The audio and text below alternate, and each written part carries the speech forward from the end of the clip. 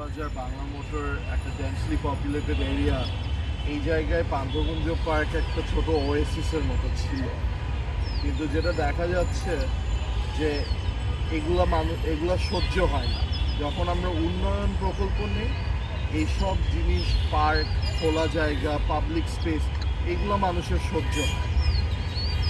এই ছোট একটা পার্ক যেখানে এতগুলো মানুষ এইটার উপর রিলাই করতো, প্রত্যেকদিন আসতো, এখানে একটু সময় কাটাতে পারতো, এখানে পাখি আসতো, এখানে কাঠবিড়ালিরা থাকে, এই জায়গাটাকে এখন ধ্বংস করে জাস্ট একটা মরুভূমির মতো করে ফেলা হয়েছে।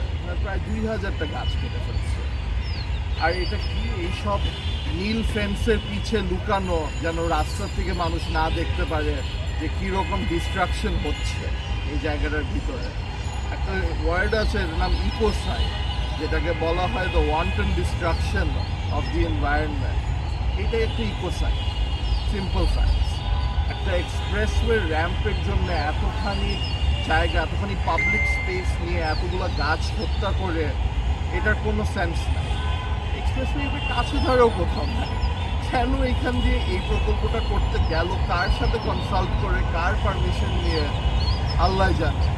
আমাদের আশা হলো যে এখন ওই সরকার বদলে গেছে, প্রকল্পটাও যেন বদলে যায়, এই পার্কটাকে যেন রিস্টোর করা হয়।